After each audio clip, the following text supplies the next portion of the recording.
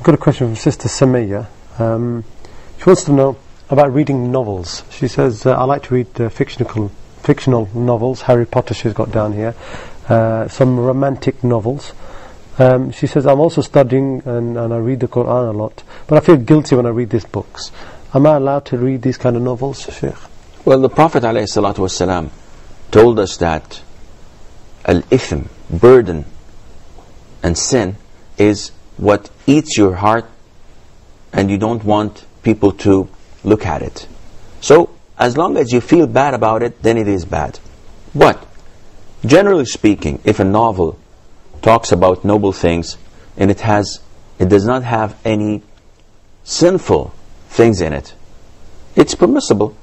So if it's a war story that talks about people fighting each other and about the humanitarian things in it and so on, then it's okay. But if it talks about things that are related into sin, or things that may nullify our Islam or affect our belief, then this is definitely unacceptable. For example, Harry Potter talks about a young magician.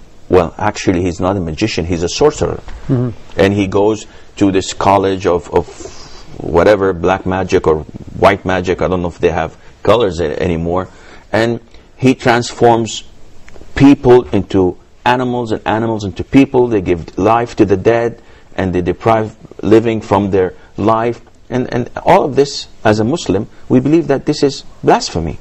No one gives life to the dead except Allah Azza wa Jal. And when you look at this and you look at this these mumbo jumbo stuff and how kids are so into it, and even adults, they're buying the novels, and the writer is one of the richest, let me rephrase that, she's the richest woman because of her novels. And the kids are so hooked into it, and they're following each and every page and each and every movie that goes down, and they are so connected to it. We know that this is a negative effect and impact. As for romance novels, you tell me, romance is between a man and a woman, and if I were to read such novels, it would put me in a state of dreaming and fantasy. Even if I'm married, it would always come up, and I wish my wife was like this girl, the heroine. She is so beautiful, she's so kind, and then I start to hate my wife. If my wife reads it, she would think that I wish my husband was as handsome, as strong, as generous as this hero of this novel, but he's not. And she starts to hate me.